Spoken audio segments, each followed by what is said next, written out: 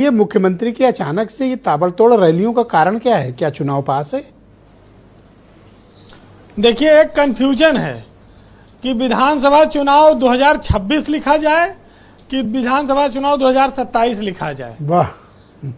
क्योंकि 26 लक्ष्य 26 है कि 27 है, अभी ये कंफर्म नहीं है। आप जो कह दोगे हम लोग लिख लेंगे, आपकी बात मानेंगे। तो एक तो ये बात हो गई। दूसरी बात यह है कि योगी अपनी पार्टी के लीडर हैं, मुख्यमंत्री हैं, तो जिम्मेदारी उनकी ज़्यादा है और चुनाव की तैयारी तो 6 महीने पहले से वो शुरू किए हुए हैं। अगर जुलाई के महीने को देखा जाए तो वो करीब 9 जिलों का दौरा चुनावी एक तैयारी के रूप में कर चुके हैं। हालांकि वो योजनाओं का शिलान्यास, उद्घाटन करते हैं और कार्यक्रम करते हैं, उसी बहाने संबोधन होता है। उसको चुनावी रैली नहीं कह सकते, लेकिन तैयारी है। और प्रयागराज, प्रतापगढ़, सुल्तानपुर, वाराणसी, चित्रकूट, बांदा, बस्ती, अयोध्या, गोरखपुर। और एक महत्वपूर्ण बात यह है कि लीडर की जिम्मेदारी है अपनी पार्टी को आगे रखने की और आगे की रणनीति तय करने की, अपने कार्यकर्ताओं को रास्ता दिखाने की। आज अयोध्या में मुख्यमंत्री ने मुन्ना सिंह चौहान की मूर्ति का अनावरण किया। मुन्ना सिंह चौहान आरएलडी के नेता थे, मंत्री रहे सिंचाई के, और आरएलडी से ही एमएलसी रहे। दुबे जी की पार्टी है राष्ट्रीय लोकदल आरएलडी। अरे मैंने उनके साथ बहुत डिबेट की, बहुत तगड़ा बोलते थे। हाँ, तब हम और आप एक दूसरे चैनल में रहा करते थे। मेरे ख्याल से हम लोगों ने, वीरेंद्र जी, जब डिबेट फॉर्मेट शुरू किया था कि डिबेट करेंगे, तो मुन्ना सिंह चौहान मतलब पहले गेस्टों लोगों में से हुआ करते थे। बड़े अच्छे हाँ, बिल्कुल वो आते थे हम लोगों के साथ। लेकिन अब उनका वो उपलब्धि आरएलडी अपने खाते में नहीं ले सकती, क्योंकि उनका बेटा बीजेपी से विधायक है 2 बार से, और उनकी पत्नी भी विधायक रही। तो आरएलडी छोड़कर वो लोग चले गए थे भाजपा में। अब लोकदल उनके साथ है आज, लेकिन लोकदल के लोग नहीं बुलाए गए। जिस मुन्ना सिंह चौहान ने पूरी जिंदगी लोकदल को दी, वहां लोकदल की मूर्ति, उनके मूर्ति कार्यक्रम में लोकदल का कोई आदमी नहीं दिखा। बुलाए थे दुबे जी? हैं? जी, जोर से बोलो। नहीं, आमंत्रण नहीं आया। अच्छा, ठीक, नहीं आया, बता रहे। देखिए, अब चुनाव की बात है। यूपी में गठबंधन लड़ेंगे चुनाव, और दल अगर कोई लड़ेगा तो भाजपा और सपा लड़ेंगी। इसके अलावा कोई ऐसा दल नहीं है जो 100-200 सीट जीतने की बात कर सके। और ये जो कांग्रेस पार्टी है, अगर ये आधा मांगती है या 100 सीट मांगती भी है, तो ब्रजेश जी उसमें 50-60 तो आदमी समाजवादी पार्टी के रहेंगे, भले सिंबल कांग्रेस के रहे। अजय 200 मांग रहे हैं, हमारा आधा चाहिए, आधा। तो आदमी हमारा, सिंबल तुम्हारा।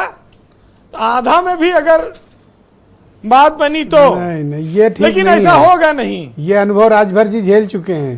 देख रहे हो, आज बेदी राम के अलावा कोई इसीलिए बता रहा हूं। तो ये सबसे महत्वपूर्ण बात जो मैंने आपको बताई, ये चुनाव में देखिए, चुनाव का 2 एजेंडा है, जाति और धर्म। जाति में ओबीसी और एससी किसके साथ जाएगा, और हिंदू और मुसलमान होगा। कोई सरकार विकास पे न चुनाव जीतती है और न लोगों को पसंद है। मजा भी नहीं आता लोगों को कि वो सड़क पर, बिजली पर, पानी पर वोट दें। वो कहते हैं कि अपनी जात को देंगे या तो, और या तो फिर वही हिंदू और मुसलमान वाला फार्मूला ठीक है। तो एक बात इसमें और आती है कि दलित वोट, चूंकि मायावती दलितों की बड़ी नेता है, काफी वोट खिसक गया है, लेकिन वो सत्ताधारी दल से लड़ने के बजाय विपक्ष पर हमलावर हैं, और उनकी ये रणनीति लोगों के समझ में नहीं आती है। और आजाद समाज पार्टी ने, देखिए, आज चंद्रशेखर सड़क पर है और मायावती घर से बोल रही हैं। ये अंतर है। तो वो घर से निकलेंगी नहीं फील्ड में, और उनके आज नसीहत भी दी कि आंदोलन वगैरह करना ठीक नहीं है, कानून के दायरे में रह के करिए, कोई तकलीफ है कोर्ट चले जाइए, आंदोलन न करिए। और सुबह सुबह 10 बजे कहा। ब्रजेश जी, ये कोई लड़की की शादी है कि न्योता दे रहे हो तो हाथ जोड़ रहे हो, अरे भैया आप आए, बहुत आभार आपका।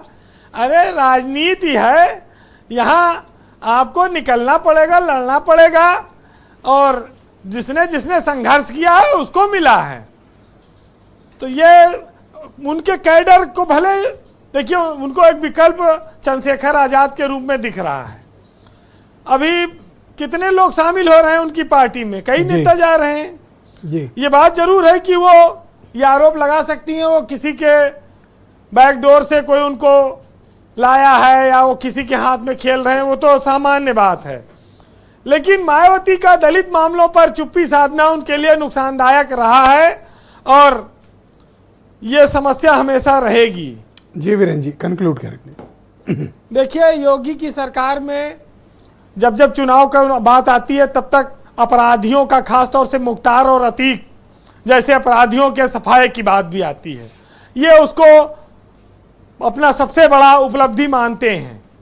दूसरा, चाहे मथुरा है, चाहे राम मंदिर है और चाहे संभल है, जो हिंदू मुसलमान का एजेंडा है वो प्रमुखता से चलाती है और आजकल उसी आधार पर रैलियों में भाषण भी हो रहे हैं। जी वीरेंद्र जी, विपक्ष को जरूर मंदिर में दान पात्र में चोरी और ये सब मुद्दे मिले हैं, लेकिन वो मुद्दे कितने नीचे तक गए हैं अभी इनका टेस्ट या इनका परिणाम आना बाकी है।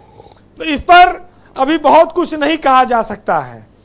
तो कुल मिलाकर बात इतनी है कि चुनाव जल्दी आ जाए।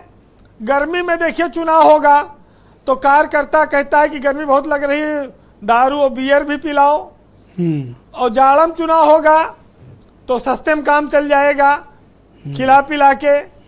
जाड़े का चुनाव अच्छा माना जाता है, गर्मी में परेशानी ज़्यादा होती है, संसाधन ज़्यादा लगते हैं, पैसे ज़्यादा खर्च होते हैं और उतनी ताकत से काम हो नहीं पाता, एफिशिएंसी घट जाती है। जी कंक्लूड करें प्लीज। जी रफीक सदानी ने नेताओं के 5 साल बाद आगमन पर बहुत पहले भांप लिया था कि जब चुनाव आवे तो इनसे खूब खाओ पियो, क्योंकि 5 साल वोट लेने के बाद ये दिखाई नहीं पड़ेंगे। इसलिए उन्होंने अपनी एक कविता लिखी थी और वो कविता है कि नेता लोगे घूमे लागे अपन अपन जजमानी माँ, और उठो काहिलो छोड़ो खिचड़ी मारो हाथ बिरयानी माँ। और यह वार्ता कल होत रही है रामदास और रमजानी माँ कि दूध के हाड़ी भैया धरेव नहीं बिल्ली के नगरानी माँ। बहुत शुक्रिया वीरेंद्र जी, बहुत धन्यवाद हमारे साथ जुड़ने के लिए। ग्राउंड जीरो से अपना फीडबैक, ओपिनियन और